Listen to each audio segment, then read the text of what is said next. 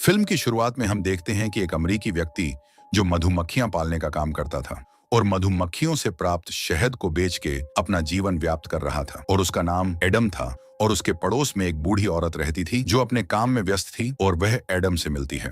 और एडम उस औरत को कहता है कि मैंने आपके फार्म से मधुमक्खियों के छत्ते निकाल लिए हैं और उनसे मैं शहद निकालूंगा। और हाँ, फार्म पर अब बहुत सारी मधुमक्खियां आने वाली हैं, इसलिए मैंने फार्म पर मशीनें लगा दी हैं। और वो बूढ़ी औरत कहती हैं कि बेटा, तुम्हारी मदद के लिए बहुत बहुत धन्यवाद। और एडम उसे कहता है कि ठीक है, मैं शाम को आपके घर पर शहद देने आऊंगा। और उस औरत को कहता है कि आप दान करने का जो काम करते हो वो बहुत अच्छा है। ये बहुत अच्छी बात है कि आप गरीब लोगों की मदद कर रहे हो। आप एक दयालु महिला हो। इसके बाद एडम अपने कारखाने में आकर छतों से शहद निकालना शुरू कर देता है और वो बूढ़ी औरत भी लैपटॉप पर काम कर रही थी। तभी उसके लैपटॉप पर वायरस का नोटिफिकेशन आता है, जिसे ठीक करने के लिए उस नोटिफिकेशन में आए हुए नंबर पर संपर्क करती है और उन्हें बताती है कि मेरे लैपटॉप में वायरस जैसी समस्या आ रही है। और उन्हें बताती है कि मेरी उम्र ज्यादा होने के कारण मुझे इस बारे में कोई जानकारी नहीं है। इस पर वो कर्मचारी कहता है कि वायरस बहुत खतरनाक है। इस वायरस से बहुत सारे लोगों के लैपटॉप का डेटा समाप्त हो गया है। इस वायरस से आपके लैपटॉप का भी डेटा समाप्त हो जाएगा, लेकिन हम आपकी मदद कर देंगे। आपको बस एक ऐप डाउनलोड करना होगा। और जैसे ही उस बूढ़ी औरत ने वो ऐप डाउनलोड किया तो उस कर्मचारी ने उसके लैपटॉप के पूरे सिस्टम को हैक कर लिया। इसके बाद वह और बाकी कर्मचारी देखते हैं कि उस बूढ़ी औरत के खाते में $20,000 पड़े हैं। और अब वह कर्मचारी उस बूढ़ी औरत के खाते में $50,000 भेज देते हैं और फिर उस औरत को कहता कि मैडम, गलती से हमारा पैसा आपके खाते में आ गए हैं, तो कृपया वो पैसे वापस भेज दीजिए, क्योंकि इन पैसों की हमें बहुत जरूरत है। और बूढ़ी औरत ने अपने खाते को चेक किया तो वास्तव में उसके खाते में $50,000 आए हुए थे। और जैसे ही पैसे वापस भेजने के लिए पासवर्ड डाला तो उस ऐप के कारण उसका पूरा सिस्टम हैक हो गया और उसका लैपटॉप भी बंद हो जाता है। जबकि उधर कर्मचारी और उसकी पूरी टीम खुश हो जाती है, क्योंकि उन्होंने बूढ़ी औरत के $20,000 चुरा लिए थे। जब उस बूढ़ी औरत का लैपटॉप वापस ऑन हुआ तो उसे पता चलता है कि उसके साथ स्कैम हुआ है और उसने खाते में $1 भी नहीं बचा है, जिसकी वजह से वो बहुत ज्यादा दुखी होती है। और उसी समय बैंक से भी मैसेज आता है कि आपके साथ फ्रॉड हो चुका है। और शाम को एडम शहद लेकर बूढ़ी औरत के घर पर पहुंचता है और उसे वहां कुछ गड़बड़ लगती है। और जैसे ही वो आगे बढ़ने लगा, जहां बूढ़ी औरत की बेटी एम्मा ने उसे पकड़ लिया, जो स्वयं एक पुलिस अधिकारी थी। और अब उन दोनों को पता चलता है कि उस बूढ़ी औरत की मृत्यु हो चुकी है, जिस कारण एम्मा बहुत दुखी होती है। लेकिन एम्मा को एडम पर शक हुआ कि इसने ही मेरी मां को मार दिया है। लेकिन जब वह घर से बाहर आई तो उसके साथी ने बताया कि एडम एक अच्छा व्यक्ति है और उसे समझाते हैं कि उसने तुम्हारी मां को नहीं मारा होगा, उसने खुद को खत्म कर लिया होगा। फिर एम्मा कहती है कि मेरी मां हमेशा दूसरों की मदद करती थी, वह खुद को खत्म नहीं कर सकती। मेरी मां को एडम ने ही मारा है, क्योंकि मैंने उसके हाथ में चाकू भी देखा था। फिर वह एडम के पास आकर पूछती है कि तुम मेरी मां के घर पर क्यों आए थे? और वो कहता है कि मैं तो शहद देने के लिए आया था, क्योंकि मैं एक मधुमक्खी पालक हूँ। और एम्मा फार्म पर जाकर देखती है तो उसे वहां मधुमक्खियों की मशीनें पड़ी देखती हैं। और जब उसने वापस आकर लैपटॉप को चेक करती है तो उसे पता चलता कि उसकी मां के खाते से पैसे गायब थे, जिससे वो समझ गई कि एडम निर्दोष है। इसलिए वो अगले दिन जाकर एडम से माफी मांगती है। फिर एम्मा उसे अपने साथ घर लेकर आती हैं और उसे पूछती है कि क्या मां ने तुम्हें बताया कि उसके साथ पैसों का स्कैम हुआ था? वो पैसे दान के थे जो मेरी मां ने पैसे जोड़कर इकट्ठे किए थे। और एम्मा कहती हैं कि मेरी टीम को पता चला है कि कोई ओमा नामक कंपनी ने उनके साथ स्कैम किया है और उस तरह की और भी कंपनियां हैं जो लोगों के साथ स्कैम करते हैं और उनके पैसे चुरा लेते हैं। और ये सभी कंपनियां ऑनलाइन स्कैम करती हैं। एडम कहता है कि नहीं, आपकी मां ने इस बारे में मुझे कुछ नहीं बताया, लेकिन आपकी मां बहुत अच्छी महिला थी। उनकी वजह से बहुत सारे गरीब लोग अपनी जिंदगी जी रहे थे। और फिर वह किसी को कॉल करके इस स्कैम के बारे में सब कुछ बताता है और उस कंपनी के बारे में पता लगाने की कोशिश करता है। और फिर उधर सामने से सर्विस अधिकारी उस ओमा कंपनी का पता बताते हैं। इसलिए अगले दिन एडम उस कंपनी की बिल्डिंग में पहुंचता है और वहां मौजूद सिक्योरिटी उसे रोक देते हैं और उसे अंदर नहीं जाने देते हैं। और वो उन्हें पीट कर कंपनी में उस जगह पर पहुंच जाता है जहां पर पूरी टीम बैठी हुई थी और अभी वो लोगों के साथ स्कैम ही कर रहे थे। और एडम वहां पेट्रोल को रख के सबको कहता कि मेरी बात सुनो, लेकिन कोई भी उसकी बात पर ध्यान नहीं देता है, जिस पर वह एक आदमी को पकड़ता है और उसे बहुत बुरी तरीके से मारता है और सबको कहता है कि भविष्य में तुम इस जगह पर कभी नहीं आओगे और न ही लोगों के साथ कभी स्कैम करोगे। और सभी लोग डरे हुए थे, जिसे वो एडम की बातें मानने के लिए हाँ करते हैं। और फिर एडम उस जगह पर पेट्रोल छिड़कना शुरू कर देता है और तभी वो कर्मचारी अपने गुंडों के साथ वहां आ जाता है जिसने उस बूढ़ी औरत के साथ स्कैम किया था। और एडम सभी को मारना शुरू कर देता है और फिर वो सभी जगह पर बम रख देता है और उस कर्मचारी को कहता है कि थोड़ी बहुत शर्म करो, क्योंकि तुम सभी निर्दोष लोगों के साथ स्कैम करते हो, लेकिन आज के बाद यहाँ ऐसा कुछ नहीं होगा। ये कहकर वो यहाँ से जाने लगता है, जिसके बाद वो कर्मचारी भी वहां से भागने लगता है और उसके जाते ही उस कंपनी में बम फटने लगते हैं। पूरी इमारत विस्फोटों की वजह से उड़ गई, जिसका मतलब था कि ये कंपनी अब नष्ट हो गई। और वो कर्मचारी अपने लीडर मैट को कॉल करके इस पूरी घटना के बारे में बताता है, जो इस कंपनी का एजेंट था। और इस पर वो मैट कहता है कि आखिर उसने हमारी कंपनी को क्यों नष्ट कर दिया। इस पर वो कर्मचारी बताता है कि वो बहुत खतरनाक आदमी था, मुझे लगता कि शायद हमने उसके साथ स्कैम किया, जिसका बदला लेने के लिए आया होगा। जिस पर मैट कहता है कि हम तो सिर्फ बूढ़े लोगों को ठगते हैं, ये तो एक जवान आदमी था। और मैट कहता है कि वो तो अकेला था, जबकि हमारे पास इतनी बड़ी टीम थी, उन सब का क्या हुआ। तो वो कर्मचारी कहता है कि उस बम विस्फोट में सभी मारे गए। और मैट अपने सुरक्षा कर्मियों के लीडर को जाकर उस घटना के बारे में सब कुछ बताता है। और मैट उसे कहता है कि मुझे कुछ गुंडे चाहिए, जिस पर वो आदमी कहता है कि तुम्हें गुंडे मिल जाएंगे। इसके बाद मैट उस कर्मचारी को कॉल करके कहता कि तुम उस आदमी का पता करो, मैं अपने गुंडे भेज रहा हूँ। और उस कर्मचारी को तो पता चल जाता है कि स्कैम के कारण ही एडम ने हमारे साथ ऐसा किया था। इसलिए वो उस बूढ़ी औरत के फार्म पर पहुंचते हैं और एडम को फार्म पर काम करते हुए भी देखते हैं और फार्म पर लगी मशीनों को नष्ट कर देते हैं। और फिर वह एडम के कारखाने पर पहुंचते हैं। वहां पहुंचते ही एडम ने उन लोगों को बुरी तरीके से पीटता है और फिर एडम ने उस कर्मचारी को पकड़कर उसकी अंगुलियों को काट देता है। और कुछ समय बाद एम्मा यहां पहुंचती है और देखती है कि एडम का कारखाना विस्फोट की वजह से नष्ट हो जाता है और एडम अपने साथ उस कर्मचारी को लेकर वहां से निकल जाता है। एडम उसे एक पुल के पास ले जाता है, जहां वह अपने मुखिया मैट को कॉल करता है और इस पूरी घटना की जानकारी उसे देता है। और एडम उस कर्मचारी को रस्सी से बांध देता है। इसके बाद कार सहित उसे समुद्र में फेंक देता है। और अब एडम उस मैट से बात करता है और उसे कहता है कि तुम जो भी हो, मैं तुम्हें ढूंढ लूंगा और तुझे समाप्त कर दूंगा। तो इस पर मैट जवाब देता है कि तुम मेरे बारे में अच्छी तरीके से जानते नहीं हो कि मैं कौन हूँ। और एडम कहता है कि बहुत जल्द ये भी जान जाऊंगा और फोन कट कर देता है और यहाँ से चला जाता है। और उधर गार्डों का मुखिया मैट को कहता है कि तुम कह रहे हो कि उसने बिना हथियार के हमारे लोगों को उसने मार डाला। इस पर मैट कहता है कि हाँ, उसने बिना हथियार सबको मार दिया। तब गार्ड का मुखिया कहता है कि मैं कई सालों से FBI में काम किया है और इस प्रकार के आदमी के बारे में केवल फिल्मों में ही सुना था, और अगर ऐसा है तो वास्तव में वो आदमी बहुत खतरनाक है। तो मैट कहता है कि हाँ, वो खतरनाक आदमी है और अब आपको मेरी रक्षा करनी होगी। और मैट उसे कहता है तुम्हें जैसा लगे वैसा करो, आपके हिसाब से हर जगह सुरक्षा को बढ़वा दो। गार्ड का मुखिया कहता है हाँ, ऐसा ही करना होगा, लेकिन तुम्हारी माँ को इस बारे में बताना होगा। और उसे कहता है कि तुम्हें गलत काम थोड़े कम कर देने चाहिए। तो इस पर मैट गुस्से में कहता है कि वो मैं मेरे हिसाब से देख लूंगा, आप अपना काम करें। और वहां से दूर जाकर मैट की मां को फोन करता है, जिस पर उसकी मां कहती है कि तुम्हें मैंने अपने बेटे की रक्षा के लिए रखा है और उसकी छोटी मोटी गलतियों का तुम खुद ध्यान रखो।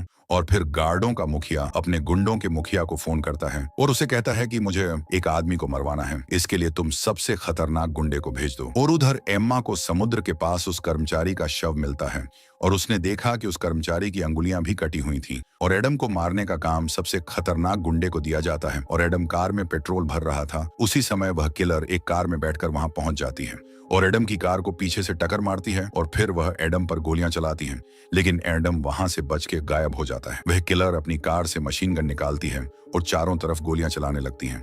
तभी एडम उस महिला पर शहद के डिब्बे से उस पर हमला करता है, जिससे उसका खून निकलने लगता है। एडम उसे आग लगा देता है और जिसकी वजह से उसका पूरा शरीर जल जाता है और वो किलर मारी जाती है और इस किलर की भी अंगुलियों को काट लेता है और फिर यहाँ से चला जाता है और जाते समय यहाँ मौजूद पेट्रोल पंप को विस्फोट करके नष्ट कर देता है। थोड़ी देर बाद गुंडों की मुखिया गार्डों के मुखिया को इस बारे में जानकारी देती है और वो कहने लगती है कि उस आदमी ने हमारे सबसे खतरनाक किलर को भी बुरी तरीके से मार दिया।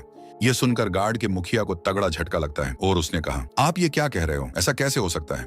फिर वह कहती हैं कि इस बारे में अब मुझे कुछ नहीं पता, अब आप खुद ही उसे संभाल लो। उधर एम्मा अपने साथियों के साथ पेट्रोल पंप की छानबीन करने आती हैं, जो पूरी तरीके से नष्ट हो चुका था। एम्मा उसे कहती है कि कोई ऐसे ही खुले में हथियार लेके कैसे घूम सकता है, इसके बारे में हमें अपने से सीनियर अधिकारी से बात करनी होगी।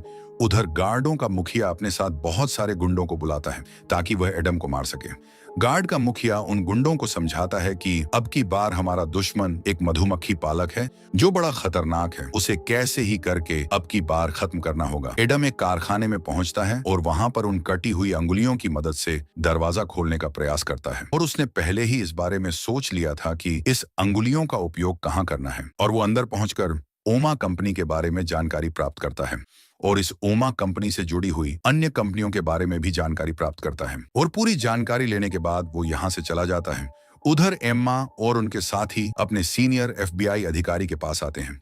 एम्मा उसे बताती है कि हमारे क्षेत्र में एक खतरनाक आदमी ने पूरी कंपनी तथा उसके पूरे कर्मचारियों को बर्बाद कर दिया है, और भी उसने बहुत सारे लोगों को मारा है। इतना सब कुछ होने के बाद भी उसके बारे में हम कुछ भी पता नहीं लगा पा रहे हैं। अब वो ओमा कंपनी से जुड़ी अन्य कंपनियों को भी नष्ट करने का प्लान बना रहा है, और मुझे लगता है कि वो बाकी कंपनियों का भी यही हाल करेगा। इसीलिए हमें कैसे ही करके उसे रोकना होगा। इसके लिए हमें कुछ और सिपाहियों की जरूरत पड़ेगी। एम्मा की इन बातों से सीनियर अधिकारी इसके लिए सहमत हो जाता है। ओमा कंपनी के नीचे काम करने वाली दूसरी कंपनी का सीनियर, जो मैट का साथी था, लोगों को सिखा रहा था कि स्कैम कैसे किया जाता है। उसकी पूरी टीम काम करने में लगी हुई थी। तभी यहाँ पर तीसरी कंपनी का अधिकारी आता है और सबसे कहता है कि यह जगह हमें खाली करनी होगी, क्योंकि यहाँ अब खतरा बढ़ता जा रहा है। लेकिन यहाँ के सीनियर ने ऐसा करने से साफ मना कर दिया, तो एक अधिकारी उसे अपने साथ ले जाते हैं और उसकी बात मैट से करवाता है, जो कहता है कि जल्दी से जल्दी वो जगह खाली कर दो। उधर सभी अधिकारी एडम को मारने के बारे में योजना बना रहे थे, और तभी वहां एडम आता है और कहता कि आपने मेरी जानकारी के बारे में लिखा है कि मेरे वजन 80 किलोग्राम है, जबकि मेरा असल में वजन तो 75 किलोग्राम है। ये सुनकर सारे अधिकारी चकित हो जाते हैं। वह जान गए कि जिस आदमी को हम ढूंढ रहे थे यही वो आदमी है। इसके बाद वह अधिकारी उसे पकड़ने का प्रयास करते हैं, लेकिन वो किसी के भी काबू में नहीं आता है तथा सबको बुरी तरीके से पीटता है। लगभग सभी सिपाहियों को बेहोश कर दिया था। फिर वो ऊपर चला जाता है, जहां मैट अपने कर्मचारियों के साथ यहां से भागने की तैयारी में थे। तभी यहाँ एडम पहुंच जाता है और कहता कि तुम लोगों के पास 5 मिनट हैं। अगर इस 5 मिनट के अंदर तुम यहाँ से नहीं निकले तो तुम सब मारे जाओगे। मैट का साथी कहता है कि कोई किधर ही नहीं जाएगा। नीचे एडम ने जिन सिपाहियों को मारा था उन सबको होश आ जाता है। फिर वो सब एडम को पकड़ने के लिए आ जाते हैं और उन्होंने एडम पर अंधाधुंध गोलियां चलानी शुरू कर दी। लेकिन एडम ने यहाँ अपना दिमाग लगाया और एक आदमी को पकड़ के अपने आगे खड़ा कर देता है। वो गोलियां उस आदमी को लग जाती है, जिसे एडम बचकर वहां से भाग जाता है। फिर कुछ अधिकारी उसका पीछा करते हैं। एडम उन अधिकारियों को बुरी तरीके से मारता है। बाकी बचे हुए अधिकारी लिफ्ट में एडम को ढूंढते हैं और गोलियां भी चलाते हैं, लेकिन एडम उन सब पर लिफ्ट फेंकता है, जिसे वो सभी मारे जाते हैं। फिर वो मैट के साथी को बुरी तरह पीटना शुरू कर देता है और उसे कहता है कि तुमने बहुत सारे लोगों के साथ स्कैम करके बहुत पैसा कमाया है। अब मुझे यह बताओ कि तुम यह सब काम किसके लिए कर रहे हो। लेकिन वह कुछ भी नहीं बताता है, जिसकी वजह से उसे और मारता है। फिर उसे बूढ़ी औरत की तस्वीर दिखाता है और उसे कहता है कि तुम लोगों ने इस महिला के साथ स्कैम किया था, जिसकी वजह से इस महिला ने आत्महत्या कर ली। अगर अब तुम फिर भी नहीं बताओगे कि तुम किसके लिए काम कर रहे हो, तो सबसे पहले तुम मारे जाओगे।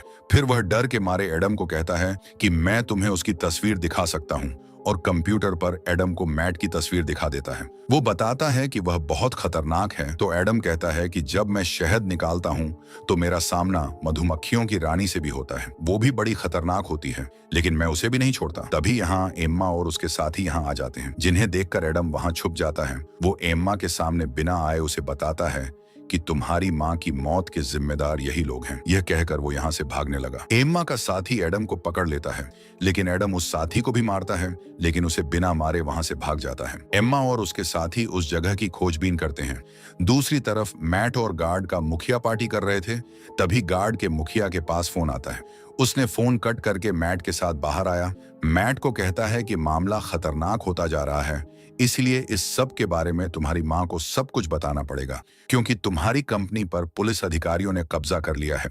जिसकी वजह से मैट ने अपनी माँ को कॉल किया और उसे बताता है कि मेरी कंपनी में एक छोटी सी समस्या आ गई है, जिसमें मुझे आपकी मदद चाहिए। उसकी माँ कहती है कि ठीक है, इस बारे में मुझे जानकारी दे दो, मैं देख लूंगी। यहाँ ये पता चला कि मैट की माँ असल में अमेरिका की राष्ट्रपति है। एमा को पता चल गया कि इस पूरी घटना के पीछे एडम का ही हाथ है। एमा अपने साथियों से कहती है कि एडम अब मैट को मारने के लिए जाएगा, क्योंकि वही सभी कंपनियों का संचालन कर रहा है और इन सभी स्कैम वाले घोटाले के पीछे डेनफोर्थ नाम की एक बड़ी कंपनी का हाथ है। एमा इसकी सारी जानकारी अपने FBI अधिकारी को भी देती है। उसे बताती है कि यह कंपनी कहानी मैट और उसकी माँ की है। मैट की माँ अपने बेटे के गलत काम में उसका साथ तो दे रही है, लेकिन उसे यह नहीं पता कि मैट कैसे मासूम लोगों को लूट रहा है। दरअसल डैनफोर्थ का सॉफ्टवेयर बहुत स्ट्रांग है, जिसके जरिए वह बूढ़े लोगों को अपना शिकार बनाते हैं और उनका सारा पैसा लूट लेते हैं। एमा कहती है, इस बारे में अभी तक हम 3 लोगों को ही पता है। तो एफबीआई अधिकारी उसे कहता कि यह जानकारी हमारे अलावा यहाँ से बाहर नहीं जानी चाहिए, क्योंकि आगे चलकर इन सबको मैं हैंडल कर लूंगा। और एमा उस अधिकारी को कहती है, एडम अब मैट और उसकी माँ को मारने जाएगा। तो एफबीआई अधिकारी कहता है, उसे रोकने के लिए जितने सिपाही चाहिए उतने अपने साथ ले जाओ, लेकिन आगे सब कुछ कैसे ठीक हो उस बारे में सोचो। इसलिए अगले दिन एमा और उसके साथी व्हाइट हाउस की सुरक्षा में लग जाते हैं। व्हाइट हाउस के गार्ड ने एक और खतरनाक किलर को बुला रखा था, जो गार्ड के मुखिया को कहता कि मेरे रहते हुए आपको डरने की जरूरत नहीं है। कुछ समय बाद मैट की माँ भी पहुंच जाती है, जो गार्ड के मुखिया से मिलती हैं, और वहां मौजूद सिपाही ने गाड़ियों को चेक करके ही अंदर जाने दे रहे थे। लेकिन जब एक ट्रक को चेक करने की बारी आई तो एडम ट्रक के नीचे लटक जाता है। एक अधिकारी ने ट्रक को नीचे से चेक किया तो एडम ने उस अधिकारी को मार देता है, उसे ट्रक के नीचे ही लटका देता है। उस अधिकारी के कपड़े पहनकर बाकी गार्डों के साथ शामिल हो जाता है। फिर वो एक गाड़ी में बम रख देता है। गार्ड के कपड़ों को उतारकर पुनः अपना शूट पहन लेता है। फिर व्हाइट हाउस के अंदर चला जाता है, जहां पार्टी चल रही थी। यहाँ एडम की नजर गार्ड के मुखिया पर पड़ती है। तभी एमा भी एडम को देख लेती है। सारे अधिकारी उसे पकड़ने के लिए उसका पीछा करते हैं। उधर खतरनाक किलर भी अपने हाथ में गन लेके उसे पकड़ने के लिए निकल जाता है। एडम को पकड़ लेते हैं। उस किलर ने एडम पर बंदूक तान दी। उधर मैट की माँ मैट को अंदर लेकर जाती है।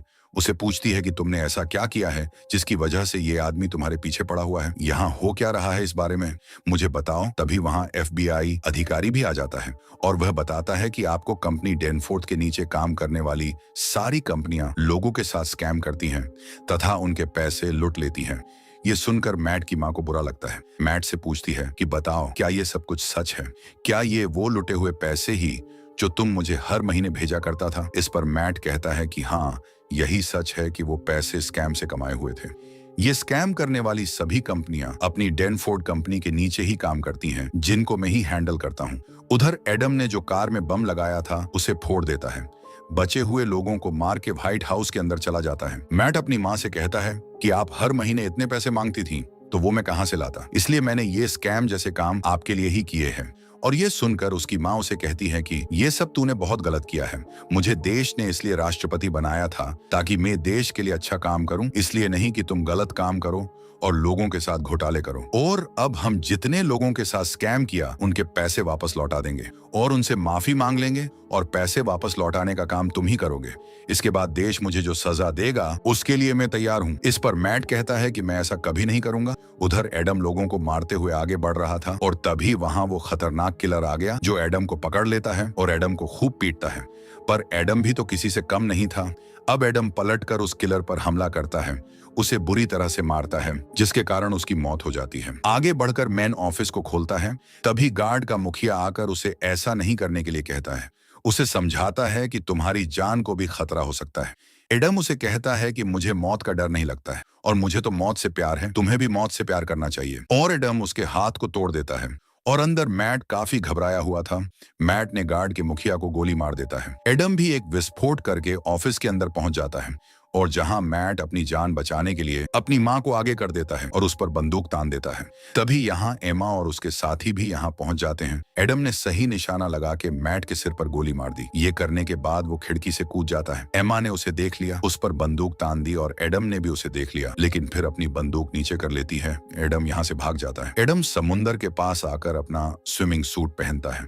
तभी उसका पीछा करते हुए कुछ अधिकारी भी वहां पहुंच जाते हैं और एडम समुद्र में डुबकी मार लेता है, फिर यहाँ से भाग जाता है। और इसी सस्पेंस के साथ ये मूवी समाप्त होती है। और मूवी अच्छी लगी तो लाइक और सब्सक्राइब कर दे। Thanks for watching.